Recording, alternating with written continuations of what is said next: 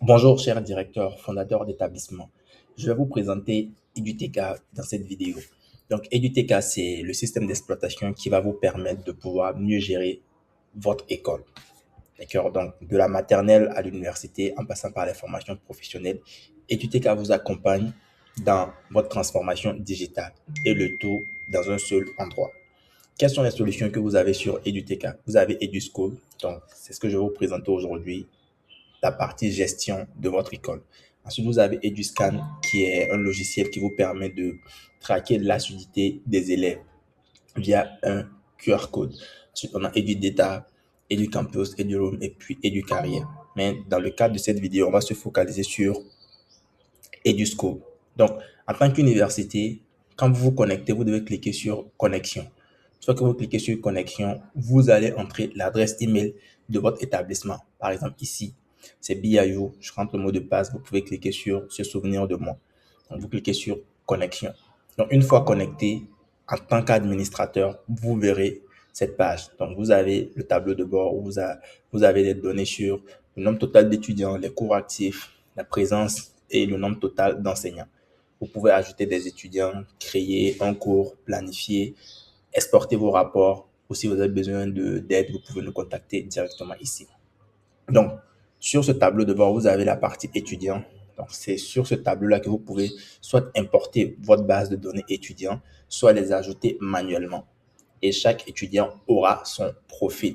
Donc, quand vous cliquez sur voir le profil, vous aurez ces informations sur chaque étudiant. Donc, ça digitalise en fait le dossier de l'étudiant. Et ce dossier-là, vous pouvez le transférer, l'envoyer à l'étudiant partout au monde. Vous pouvez bien évidemment le modifier en fonction du statut de l'étudiant. Ensuite, vous avez la partie enseignant. De même, vous pouvez ajouter des enseignants et vous allez pouvoir voir leurs détails ici. Vous pouvez désactiver un enseignant, modifier son profil comme vous le voulez. Vous avez la partie niveau. Donc, c'est ici en fait que vous allez ajouter les classes et les programmes dans votre établissement. Dans la partie cours, vous allez mettre les cours spécifiques que vous avez pour chaque programme. Et une fois que vous avez ajouté ces deux éléments, les étudiants et les enseignants, vous pouvez mettre à jour les emplois du temps. Donc, les emplois du temps seront, on va dire, digitaux, de sorte à ce que chaque étudiant, via son tableau de bord, puisse voir son emploi du temps. Okay, donc, c'est vraiment très facile pour créer un événement et l'événement sera ajouté sur l'emploi du temps. En fonction des élèves qui seront sélectionnés, eux verront ça sur leur tableau de bord. Ensuite, ici, vous avez la partie analytique. En tant qu'administrateur, ça vous donne une vue claire en fait de la répartition au niveau des niveaux. Vous allez les étudiants, qui sont ceux qui viennent au cours, qui sont ceux qui viennent pas au cours. Vous allez voir votre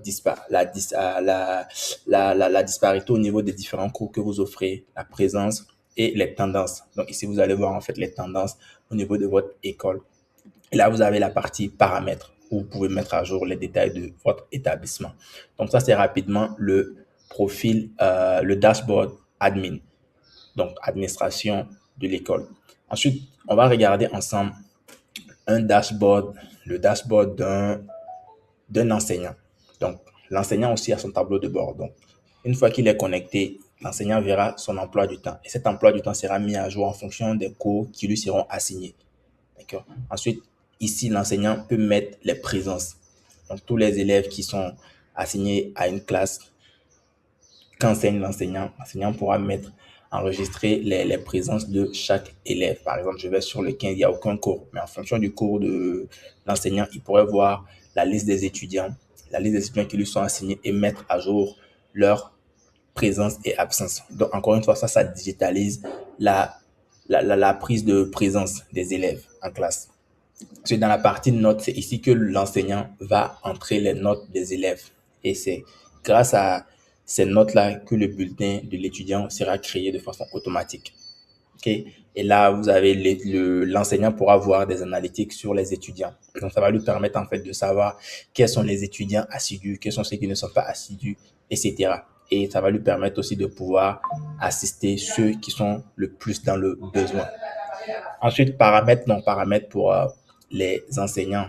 Assez simple. Il y a des choses que l'enseignant peut modifier, il y a des choses qu'il ne peut pas modifier. Par exemple, ici, il ne peut pas modifier son nom parce que c'est vous, en tant qu'administration, qui l'avez invité. Et là, c'est tout. On va voir ensemble le tableau de bord d'un étudiant. Donc, en tant qu'étudiant, quand il se connecte, voici à quoi ressemble son tableau de bord. Le nombre de cours inscrits. Donc, pour ce test, il y a aucun cours qui a été ajouté à cet étudiant-là. Les cours à venir et sa progression sur l'année. Donc, ça permet à l'étudiant, voilà, d'avoir une idée globale, même aux parents, parce que les parents aussi peuvent se connecter avec les identifiants de l'étudiant sur ce tableau de bord.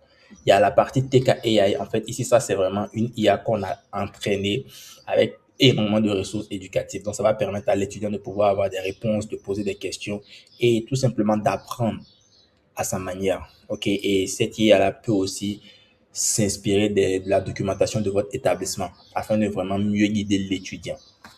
Voilà.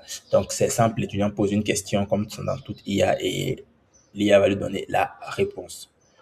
Ici, l'étudiant voit son emploi du temps, comme je l'avais dit. Lorsque vous créez l'emploi du temps, l'étudiant voit ça sur ton tableau de bord. L'enseignant aussi le voit. Donc, ça permet de connecter tous les trois acteurs de votre établissement, l'administration, les enseignants, les étudiants. Ensuite, dans la partie notes, c'est là où l'étudiant va voir ses notes.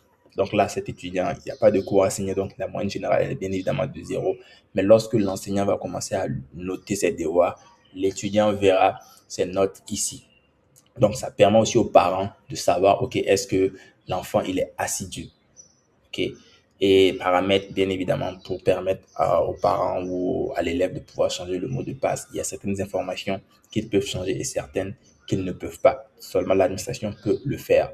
Donc voilà, ça c'est un peu EduTK. Donc vraiment, c'est une solution simple, très pratique qui vous permettra de mieux gérer votre établissement. Merci et à bientôt.